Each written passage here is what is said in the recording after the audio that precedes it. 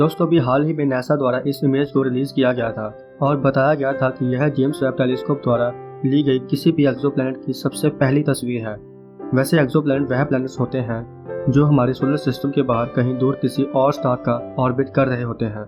इस तस्वीर में आप इस एक्सोप्लैनेट को 4 अलग अलग स्पेक्ट्रम में देख सकते हैं जो कि जेम्स वेब के नीरकैम और मिरी कैमरा से लिया गया था और यह एक्सोप्लैनेट की तस्वीर जेम्स वेब के पुराने डाटा से ही निकाली गई है। अब इस एक्सोप्लैनेट की तस्वीर में आप प्लैनेट के पास यह अजीब सा ब्लॉब देख पा रहे होंगे। अब आखिर यह है क्या चीज़, और जेम्स वेब ने अब तक जितनी भी खोज की है उससे जुड़ी सारी इंपॉर्टेंट बातें आज हम आपको इस वीडियो में बताने वाले हैं, तो इस वीडियो को पूरा देखिएगा। नमस्कार दोस्तों, मैं हूं रोहित और स्वागत है आपका मेरे इस YouTube channel keep it simple में। अगर आपने अभी तक मेरे चैनल को सब्सक्राइब नहीं किया है तो अभी सब्सक्राइब करें, बेल आइकन दबाएं ताकि आप हमारी आने वाली लेटेस्ट वीडियोस को देख पाएं। तो चलिए सीखते हैं। अब दोस्तों शुरुआत करते हैं जेम्स वेब द्वारा भेजी गई सबसे पहली तस्वीर से, जिसे वेब्स फर्स्ट डीप फील्ड के नाम से जाना जाता है। यह तस्वीर पृथ्वी से कई अरब लाइट ईयर्स दूर मौजूद गैलेक्सी क्लस्टर SMACS 0723 की है और इस तस्वीर में आपको बहुत सारी गैलेक्सीज की डिटेल्स दिखाई दे रही होंगी। और इसी तस्वीर के कारण साइंस कम्युनिटी में बहुत सारी कंट्रोवर्सी भी हुई थी। इस तस्वीर को जब पहली बार देखा गया तो इस तस्वीर में दिखाई दे रहे ग्रेविटेशनल लेंस ने आइंस्टाइन द्वारा दी गई जनरल थ्योरी ऑफ रिलेटिविटी का प्रमाण पूरी दुनिया को दिया।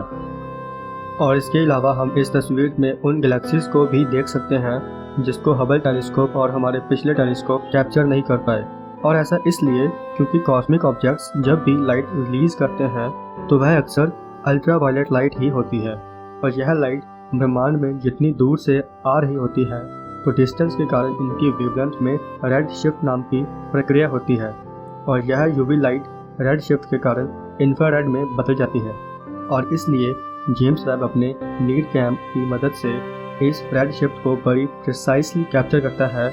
और इस तस्वीर से कंट्रोवर्सी तब शुरू हुई जब कई सारे वैज्ञानिकों ने इस तस्वीर को अपने अपने तरीके से एनालिसिस करना शुरू किया और इस तस्वीर में दिखाई दे रहे क्लस्टर में मौजूद गैलेक्सीज के रेड शिफ्ट की जांच करनी शुरू की।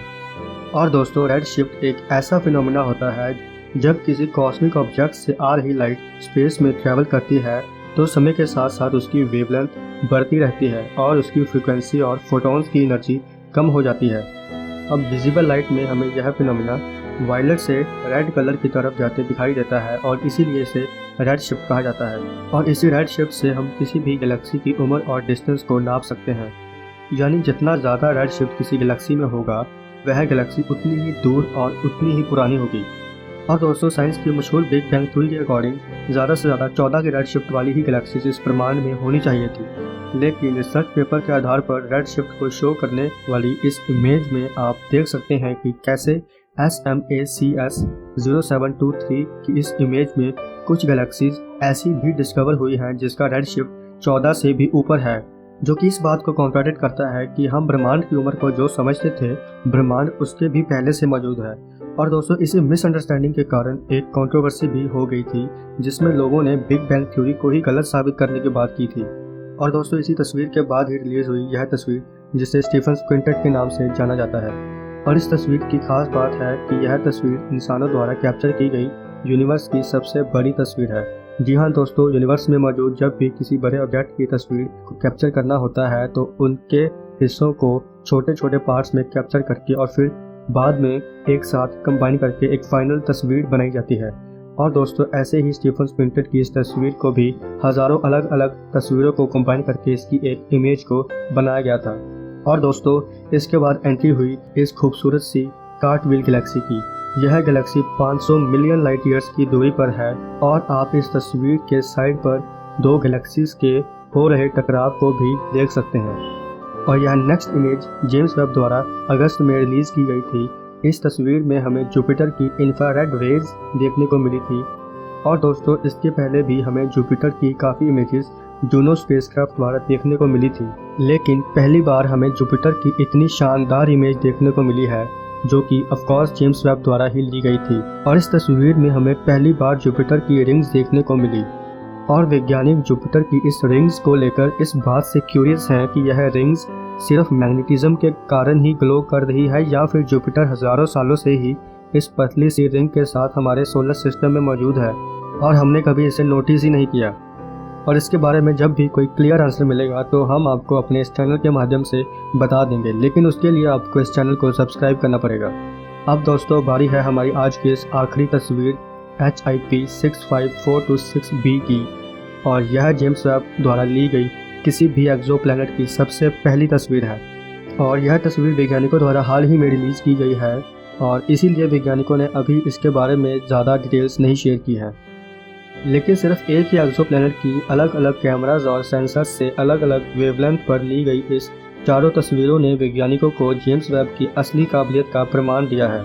और यह चारों तस्वीरों को कोरोनाग्राफ करके इस इमेज में दिखाया गया है, जिसमें होस्ट स्टार की लाइट को ब्लॉक किया गया है। अब दोस्तों जहां पे इस इमेज में स्टार का सिंबल डाला गया है वहां इसका होस्ट स्टार एग्जिस्ट करता है, और इसको कोरोनाग्राफ इसीलिए किया गया है ताकि हम इसके प्लैनेट पर ज़्यादा फोकस कर सकें। अब इस जेम्स वेब के इस नीड कैम के इमेजेस में एक्सोप्लैनेट के साइड में कुछ गोल गोल सा दिखाई दे रहा है। यह और कुछ नहीं बल्कि कैमरा में आया एक एरर है, क्योंकि यह प्लैनेट बहुत ही ज़्यादा छोटा है और इसीलिए हमें यह एरर्स दिखाई दे रहे हैं, जबकि मेरी कैम में इसी प्लैनेट की तस्वीर एकदम साफ है। यह HIP 65426b एक गैस जाइंट प्लैनेट है और यह साइज में हमारे जुपिटर से 1.5 टाइम्स यानी 1.5 गुना ज़्यादा बड़ा है। और नियर इंफ्रारेड स्पेक्ट्रम में यह प्लैनेट अपने होस्ट स्टार से 10,000 गुना कम चमकीला है और इसीलिए इसे कैप्चर करना बहुत मुश्किल था। और वैज्ञानिकों का मानना है कि जेम्स वेब एक प्लैनेट की ऐसे ही 10 से ज़्यादा तस्वीरें खींच सकता है ताकि उसकी हर एक डिटेल के बारे में पता लग सके। और दोस्तों यह तो सिर्फ एक छोटी सी झलक थी उस चमत्कार की जो हमें आगे आने वाले वक्त में ज़रूर देखने को मिलेगा। तो दोस्तों यह थी जेम्स वेब द्वारा की गई सभी खोजों की एक छोटी सी समरी, जिसमें हमने आपको जेम्स वेब द्वारा खींची गई लगभग सभी इमेजेस को सिंपल वे में समझा दिया। और इसमें आपकी मनपसंद तस्वीर कौन सी है हमें नीचे कमेंट करके जरूर बताना। और मुझे उम्मीद है कि इस वीडियो से आपको काफ़ी कुछ सीखने को मिला होगा। और हमारी कई और भी वीडियोस का लिंक डिस्क्रिप्शन में दिया गया है, तो इस वीडियो के बाद जा करके ज़रूर देखिएगा। और ऐसे ही और इंटरेस्टिंग वीडियोस देखने के लिए आप भी इस चैनल को अभी सब्सक्राइब करें और बेल आइकन दबाएं। तो आज की इस वीडियो में बस इतना ही, और मिलते हैं फिर ऐसे ही किसी और इंटरेस्टिंग वीडियो के साथ। जय हिंद।